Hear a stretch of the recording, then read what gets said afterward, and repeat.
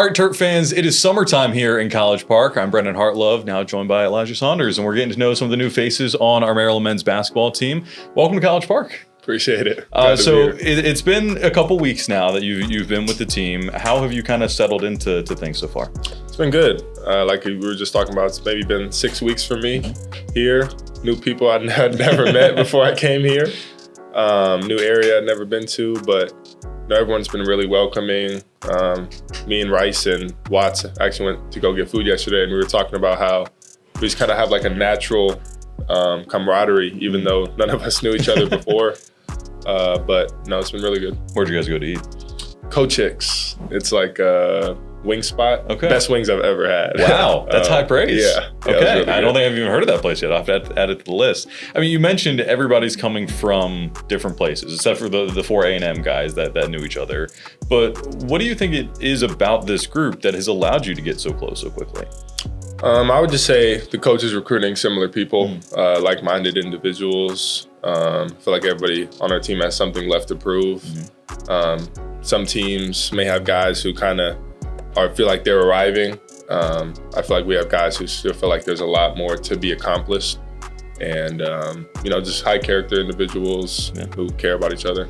So you've had a couple stops along the way to get to College Park. What do you kind of take from those experiences now coming into this new program and looking to make an impact?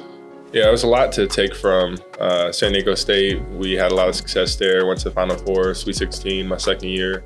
And then Virginia was kind of a different situation, but I was in a bigger role there. So I would just say combining the two experiences I've had in college and trying to put it all together. We want to be a really good team at the same time, while also I feel like I'll have a bigger role on this team as well. What was it about Maryland that made this the right time, the right fit for you? Yeah, I would say it has a lot less to do with Maryland than it has to do with Coach Buzz.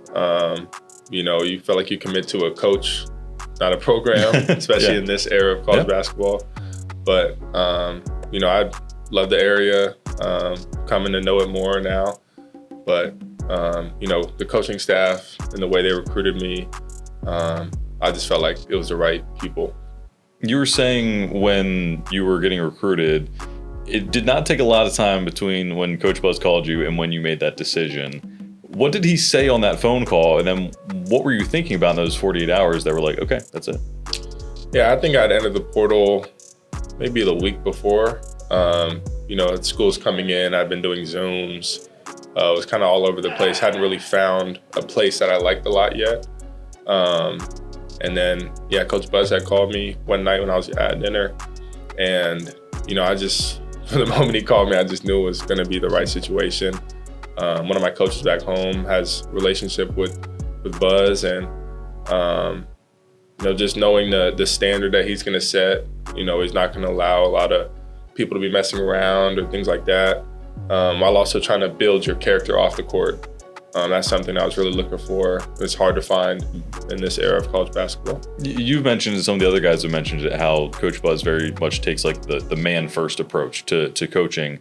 How do you think that is a benefit when you have all these guys coming from all these different places, that it's not just about knowing where each other is on the court, but off the court gelling together too? Yeah, this is definitely the most unique experience I've had in college. Virginia was kind of similar to this when Coach Bennett was a part of the program. But just, having meetings where, basketball isn't the thing that's talked about the most. We have a book that we're reading as a team right now. We take notes in our meetings. So Coach Buzz has honestly been just amazing, especially in an era where you don't know if your players are going to come back. For him to pour this much into us this early, it's pretty cool. What's the book you guys are reading? It's called, it's about compounding. Everything in life compounds. If you, the basic thing Coach Best talked about our first day was like, would you rather take a penny a day that would multiply over the course of a month, or like $3 million? Right, the lump sum kind of thing. Yeah, but turns out if you took the penny, you'd end up getting more. But it's about just the process, habits in your life. You may not know it, but the little things turn into big things. So I guess when we're shifting to things back on the court, how would you describe your style of play to Maryland fans that maybe haven't seen you play yet?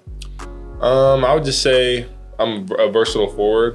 I feel like I could play the forward spots. I can stretch it out to the three. I can play inside. I feel like I can switch on the guards and guard bigger players as well.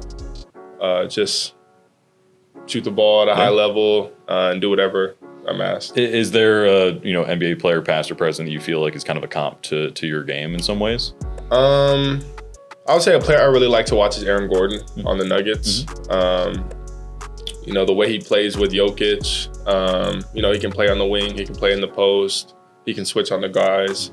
Kind of around my same height, I feel like. So any comparison, I'd say him. Is there anything in particular about your game that you're working on in this offseason going into the fall? I would just say being in the best shape I could be in, continuing to work on my shot and just sharpen up the things that I've built up to this point. So shifting to some of the off the court things, what do you like to do in your free time? You guys are in the gym on the floor a lot, but when you're not, what do you kind of enjoy?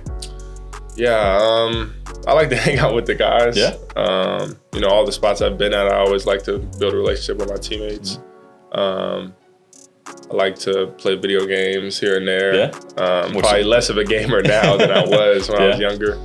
But listen to music, watch movies, TV shows. Do you have any go-to kind of comfort movies, I guess, that something you go back to pretty consistently? I like this movie Shutter Island with DiCaprio. A lot of DiCaprio, a lot of Denzel. Yeah. American Gangster. I'm a big Denzel DiCaprio guy. Yeah, well, there's your movie recs if you haven't seen any of those just yet. I guess, what is something that people may not know about you? We talk about you guys, as athletes, on the players and stuff, but what is something that folks may not know about you? Yeah, I have a 2-year-old son.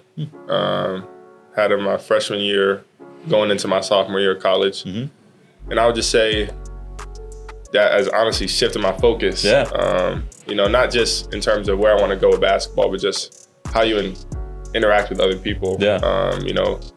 Realizing that, everybody is someone's child and, how you want to treat people and be treated and the responsibility that comes with that. Yeah. Just growing as an individual and trying to be a better man, just like I was talking about with Buzz. Yeah. He's going to make you into a man.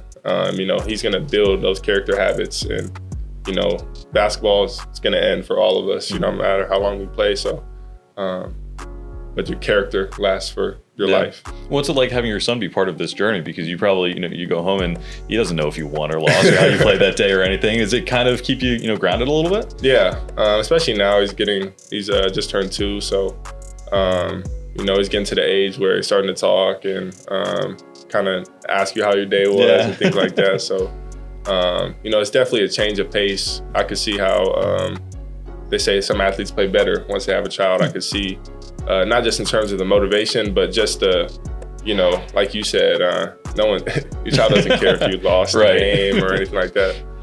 Yeah, it's probably not something he's super aware of just yet. Give it a couple years, then he might be, kind of critiquing you a little bit or something. We'll do some kind of rapid fire ones before we get you out of here. Funniest person on the team so far, part of the group. Joking around the locker room, anything like that. I say we have a pretty funny group. I think Diggy is hilarious. Yeah. Sometimes not even trying to be, just the way he talks. Yeah. It's funny. I'll probably say I had to give it to him. Yeah, I think we had him in one of these interviews not long ago, and he was very entertaining. Yeah. So just comes in immediately like infectious. His energy. I can see how that'd be good in the locker room. What's your favorite non-basketball sport to watch? I'll probably have to say football. Yeah. Do you have a football team? Probably the Cardinals. Yeah. Just I'm from Arizona. Right. But I just love watching a football game. So kind of, I guess, piggybacking off of that, if you were to play a different sport at Maryland that was not basketball, what would you want to play? Maybe not what you think you'd be best at, but what would you actually want to go and do? I always like baseball. Yeah. I feel like if I was to be best at something, it'd be football. Yeah. But I always loved baseball, even growing up. Did you play it all growing up? I played like up kid pitch, Right. beginning of kid pitch, and then I kind of had to choose. Yeah. But I just like the being outside and the pace of the game. So we talked about some of your teammates. Who do you think out of them would survive the longest in a zombie apocalypse?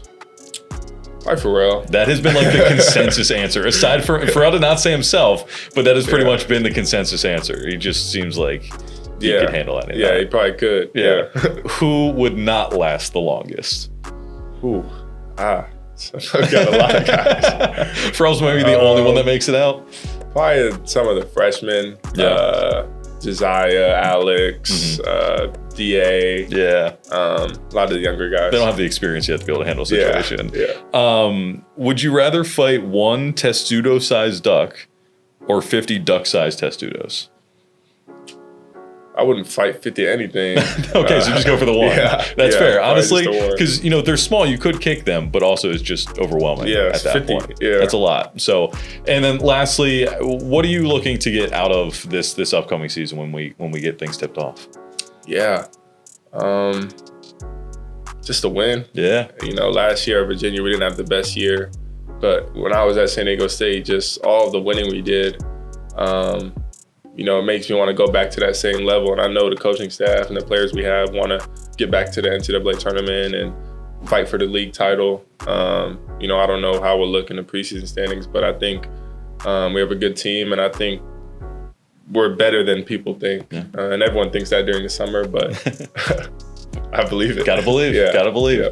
It's great to have you in College Park. Excited to see what you can do in the fall. Appreciate it. Thank you.